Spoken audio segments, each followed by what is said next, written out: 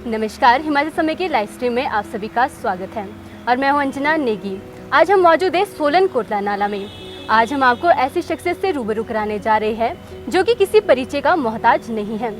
जी हाँ, हम बात करने जा रहे हैं समीक्षा कांत जी के बारे में, जो कि ऐसे बच्चों को पढ़ाते आ रहे हैं जिन्हें पढ़ाना समाज में असंभव माना जाता है। इन्होंने असंभव काम को भी संभव में परिवर्तित कर दिया है। आप सभी जानते हैं कि हम सभी के लिए शिक्षा कितना महत्वपूर्ण रखता है। शिक्षा से तात्पर्य है मनुष्य का सर्वांगीण विकास होना। वहीं स्वामी विवेकानंद जी ने भी ये कहा है कि हम उस शिक्षा को चाहते हैं जिसकी वजह से चरित्र का निर्माण होता है और सत्य की शक्ति बढ़ती है, जिसकी वजह से मनुष्य का सर्वांगीण विकास भी होता है। शिक्षा का उद्देश्य क्रिया के माध्यम से परिवर्तन लाना है। ये परिवर्तन ज्ञानात्मक, भावनात्मक और व्यवहारात्मक भी हो सकता है। शिक्षा का प्रमुख उद्देश्य छात्र का विकास करना है। हिमाचल समय की लाइव स्ट्रीम में आपका बहुत बहुत स्वागत मैम, हमारे से जुड़ने के लिए। आपका शुक्रिया कि आप भी आए हैं इंटरव्यू लेने के लिए। मैम, सबसे पहले तो आपका बहुत बहुत स्वागत है हिमाचल समय में। शुक्रिया। तो मैम, हमारा जो पहला क्वेश्चन है वो ये रहेगा कि अभी तक का जो आपका अनुभव रहा है वो किस तरह का रहा है, तो प्लीज़ आप हमारे दर्शकों को ये बताएं। देखिए, अभी तक का मेरा अनुभव काफ़ी अच्छा रहा है, क्योंकि मैं ऐसे बच्चों को पढ़ाती हूँ जैसे कईयों को अल्फ़ाबेट्स भी नहीं आते हैं, बड़ी क्लासेस में हो जाते हैं, कई साल हो जाते हैं उन्हें पढ़ाई करते हुए, पर वो अल्फ़ाबेट्स नहीं समझ पाते हैं। तो ऐसे बच्चों को पढ़ाना एक फ़क्र की बात मैं महसूस करती हूँ, क्योंकि जब बच्चा सीख जाता है तो वो जितना खुश होता है तो इससे ऊपर कुछ भी नहीं है। मैम, इसी के चलते हम आपसे दूसरा क्वेश्चन पूछना चाहेंगे कि आपने किससे प्रेरित होकर ये सामाजिक कार्य करना शुरू किया? देखिए, स्कूल में जब हम खुद भी पढ़ते थे तो हमारे टाइम में भी कई ऐसे स्टूडेंट्स होते थे जिन्हें लर्निंग प्रॉब्लम थी और ठीक तरह से पढ़ाई नहीं कर पाते थे। तो उसके बाद जैसे मैंने ट्यूशन्स पढ़ाना स्टार्ट किया, कॉलेज में आई, ट्यूशन पढ़ाना स्टार्ट किया, तो वहाँ पर भी थोड़े से टाइम में मतलब कि काफ़ी बच्चे मेरे पास आना स्टार्ट हो गए थे, और उसका कारण एक ही था कि बच्चों को समझ आ रहा था। और कई ऐसे बच्चे भी थे जो अल्फ़ाबेट्स नहीं आते थे, कई बच्चों को लर्निंग प्रॉब्लम थी, पेरेंट्स को लगता था नहीं बच्चा कर नहीं पाएगा। तो वहीं से ही मुझे लगा कि मैं ऐसे बच्चों को पढ़ा सकती हूँ। और मुझे सभी ये भी कहते थे कि आप चाहे करियर के लिए कोई भी ऑप्शन चूज़ करें, पर आप पढ़ाना कभी मत छोड़िएगा, क्योंकि आप ऐसे बच्चों को रेज़ कर रहे हो जिनको मतलब जो पेरेंट्स के लिए भी एक ये परेशानी की बात है कि हम अपने बच्चे का क्या करें। तो धीरे धीरे बच्चों को पढ़ाती गई, और ऐसे बच्चे जब सीखते गए और उसके बाद वो जैसे थैंकफुल फील करते थे, तो इसी से अभी प्रेरित होकर के आज तक मैं पढ़ाती जा रही हूँ। तो हम हर तरह के बैचेस लेते हैं, पेइंग स्टूडेंट भी आते हैं, बाकी हमने फ्री बैचेस भी रखे हैं, जिसमें हम ऐसे बच्चों को भी हम बोलते हैं जो स्कूल छोड़ चुके हैं वो हमारे पास आए, और हम उन बच्चों को पूरी तरह से मोटिवेट करते हैं, कारण जानने की कोशिश करते हैं कि उन्होंने पढ़ाई क्यों छोड़ी है। और अभी तक अनुभव ये रहा है कि जो बच्चे स्कूल छोड़ चुके हैं वो बच्चे भी एग्ज़ाम देते हैं बाद में, क्योंकि हर बच्चा पढ़ना चाहता है। अगर वो स्कूल छोड़ता है तो उसके पीछे कोई ना कोई रीज़न होता है, या उसे लर्निंग प्रॉब्लम होती है या कोई और वजह होती है। कोई भी बच्चा ये नहीं चाहता कि उसके नाम के ऊपर ये स्टैंप लगे कि वो नालायक है। मैम, आपने कभी आपको परेशानी आई हो ऐसे बच्चों को पढ़ाते हुए जो कि आपको पता है कि इतने वीक है पढ़ने में, आपको कभी लगाओ कि नहीं अब मैं इन बच्चों को नहीं पढ़ा सकती हूँ, क्योंकि ये हटके आप काम कर रहे हो, ये रिसर्च वर्क में आता है और हर किसी के बस का ये काम भी नहीं होता है, तो आपको कभी लगाओ कि नहीं ये मेरी बस का है नहीं, तो मुझे छोड़ के कुछ और कर लेना चाहिए? नहीं, मुझे ऐसा कभी भी नहीं लगा कि ये काम मैं नहीं कर सकती हूँ, ये मेरे बस का नहीं है। क्योंकि एक तो बच्चा हमारे पास आ रहा है मतलब पूरी होप से आता है, जैसे बच्चों को पता भी है कि यहाँ से काफ़ी ऐसे बच्चे पढ़ कर के निकले हैं जिन्हें अल्फ़ाबेट्स भी नहीं आते थे, तो बच्चा एक होप से आता है। तो मेरा तो यही प्रयास होता है कि बच्चे में कमी क्या है और वो वीक पॉइंट मुझे कैच करना होता है। तो पूरा सोचना होता है, जब बच्चा चला भी जाता है तो भी मुझे ध्यान लगाना पड़ता है कि बच्चे क्यों नहीं कर पा रहा है। तो उस पॉइंट को जब हम कैच करते हैं तो धीरे धीरे बच्चे में इम्प्रूवमेंट होती है। तो कोई भी हमारे पास आता है तो कुछ ही दिनों में उनको लगता है, पता चल जाता है कि नहीं, कि बच्चे को भी कॉन्फिडेंस आ जाता है कि नहीं मैं कितना कर सकता हूँ। तो ऑलमोस्ट जो हमारे बैचेस भी होते हैं, फ्री बैचेस भी होते हैं, हर तरह के बच्चे होते हैं, तो फीडबैक उनसे यही होता है कि हमने इतना ज़्यादा सीखा है जितना पहले हमने इतने कम अवधि में नहीं सीखा है।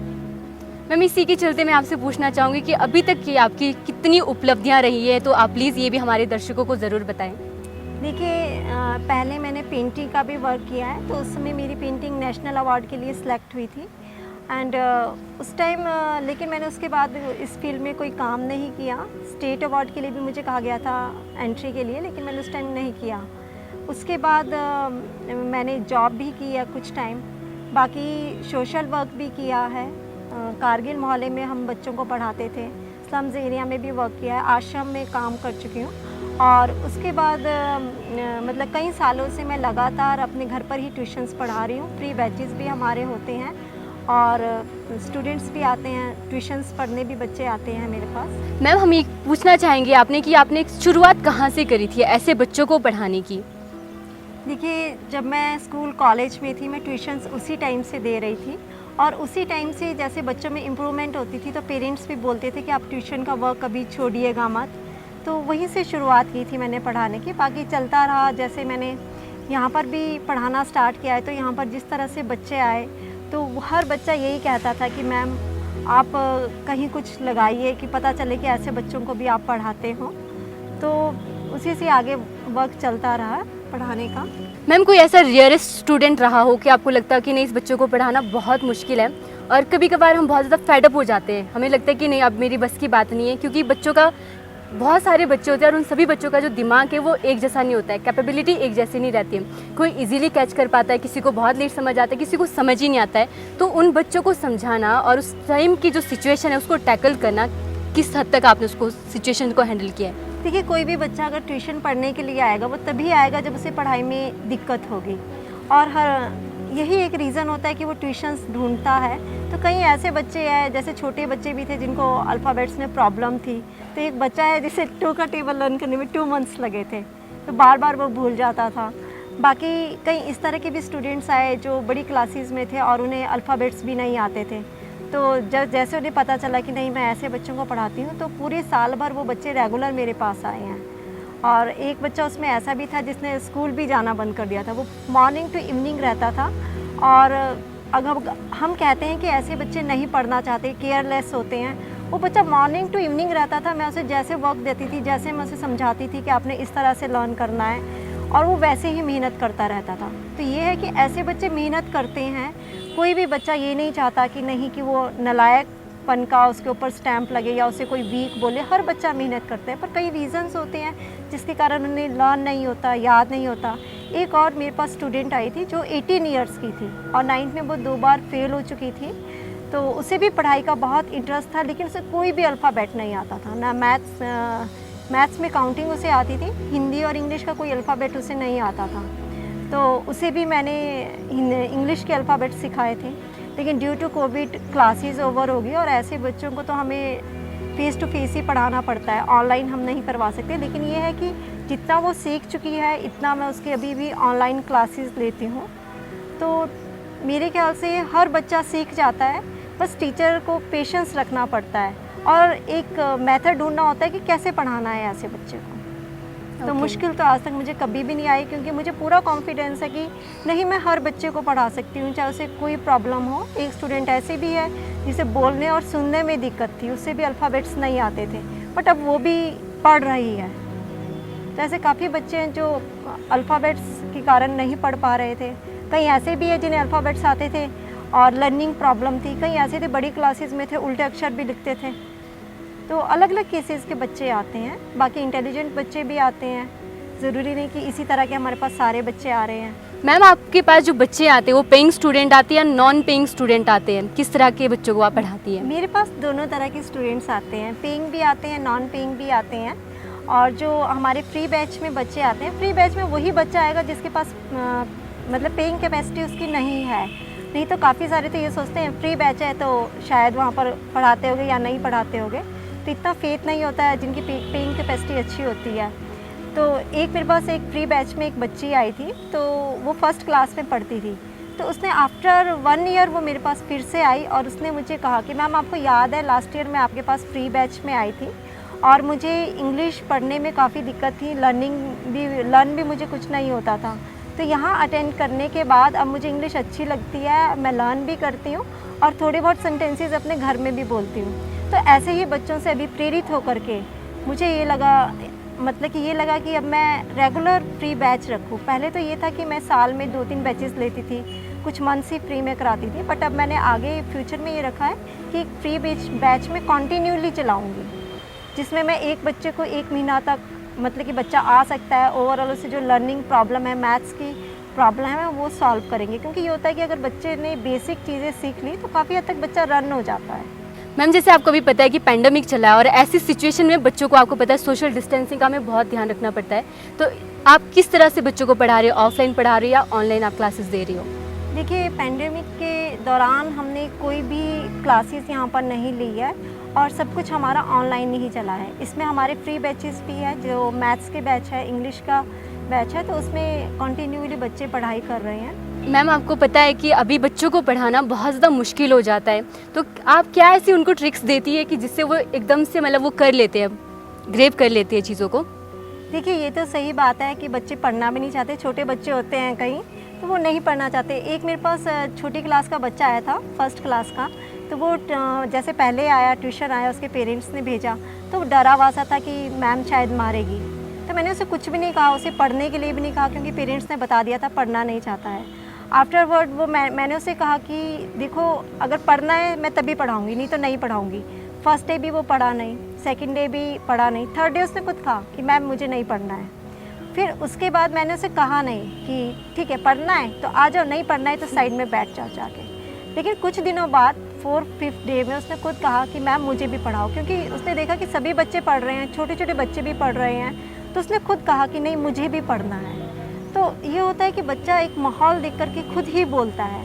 और दूसरा है कि जब बच्चा पढ़ना नहीं चाहता तो हम उसे पढ़ाते भी नहीं हैं, लेकिन ये भी नहीं बोलते कि पढ़ मत, क्योंकि गप्पे मारेंगे, गप्पों में भी तो हमारी पढ़ाई होती है। बातों में समझाएंगे, बातों में ही इंग्लिश के सेंटेंसेस बनाना उसे बताएंगे कि इस चीज़ को ऐसे बोलते हैं, इस चीज़ को इंग्लिश में ऐसे बनाते हैं। तो हम बच्चे को ही फॉलो करते हैं, बच्चा जो चाहता है। बाकी मेरे पास बड़ी क्लासेस के भी ऐसे बच्चे आए हैं जो पढ़ना नहीं चाहते थे, तो उनके पेरेंट्स जैसे जानते थे कि नहीं यहाँ पर हमारा बच्चा सुधर जाएगा। बल्कि मेरी एक स्टूडेंट थी जो मेरे पास ट्यूशन्स पढ़ चुकी थी, और उसके जो बच्चे थे वो इस तरह के थे कि पढ़ना नहीं चाहते थे, तो उसके पास बस एक ही सॉल्यूशन था कि वो डांट करके बच्चों को ट्यूशन्स भेज दे। तो रेगुलर बच्चे जैसे ट्यूशन्स आए, उसके बाद आज काफ़ी इम्प्रूवमेंट है और उसके पेरेंट्स भी काफ़ी खुश हैं इम्प्रूवमेंट से। बल्कि उन्होंने मुझे वीडियो भी बना के दिया है और वो मैंने ऑनलाइन डाला भी है नेट पर। उनका यही मत था कि मैम आप वीडियो डालिए ताकि पता चले कि ऐसे भी बच्चे पढ़ते हैं।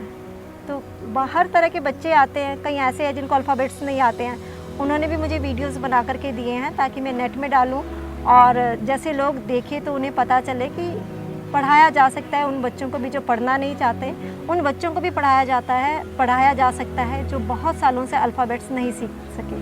तो सभी तरह के बच्चे पढ़ सकते हैं, चाहे वो किस तरह के हो। बस हमें एक नीति की ज़रूरत है, एक वे की ज़रूरत है कि हमने कैसे करवाना है। मैम, आपको कभी फैमिली सपोर्ट रहा है? क्योंकि आपको पता है फ्री में काम करना, आपको पता है फैमिली बहुत रिस्ट्रिक्शंस लगाती है कि नहीं आप गवर्नमेंट जॉब कर लीजिए, आप ये तैयारी कर लीजिए, क्योंकि आपके पास नंबरलेस ऑप्शन होते हैं कुछ ना कुछ करने के बजाय फ्री में काम करने के। तो फिर आपने कैसे इस चीज़ को किया? देखिए, हम कभी भी कोई भी काम करते हैं तो उसका जो सबसे बड़ा योगदान होता है वो फैमिली का होता है, फैमिली का सपोर्ट होता है। तो मुझे पूरी तरह से सपोर्ट मिला है, हस्बैंड का पूरा सपोर्ट मिला है, मदर इन लॉ का पूरा सपोर्ट मिला है। और स्पेशली जो मेरी फ्री क्लासेस होती है उसके लिए वो खुद भी बहुत खुश होते हैं कि नहीं कि मैं क्लासेस ले रही हूँ। तो वो हमेशा सपोर्ट करते हैं मुझे इस काम के लिए, और मुझे भी अच्छा लगता है जब वो इतने पॉजिटिव है मेरे वर्क के लिए। तो मुझे लगता है कि नहीं, मुझे हमेशा ये कंटिन्यू रखना चाहिए।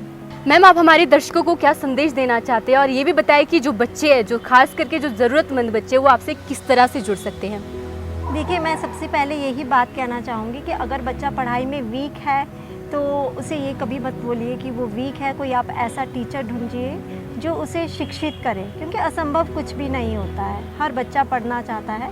बाकी कोई भी बच्चा आ सकता है हमारे पास पढ़ने के लिए, हमारे पास फ्री बैचेस भी होते हैं और ट्यूशन्स भी बच्चा पढ़ सकता है, तो वो आ सकते हैं यहाँ पर पढ़ने के लिए। और मैं सभी तरह के बच्चों को पढ़ाती हूँ, सभी क्लासेस पढ़ाती हूँ, स्कूल के बच्चे भी आते हैं, कॉलेज के भी बच्चे आते हैं। तो जिस चीज़ में बच्चे को प्रॉब्लम है, हम पूरा प्रयास करते हैं उन प्रॉब्लम्स को दूर करने का। मैम, बहुत बहुत शुक्रिया हमें अपना महत्वपूर्ण समय देने के लिए। इसी के चलते अब मुझे अंजना नेगी को दीजिए इजाज़त, फिर मिलेंगे एक और नई लाइव स्ट्रीम के साथ। इसी के चलते अब मुझे अंजना नेगी को दीजिए इजाज़त। जय हिंद, जय हिमाचल।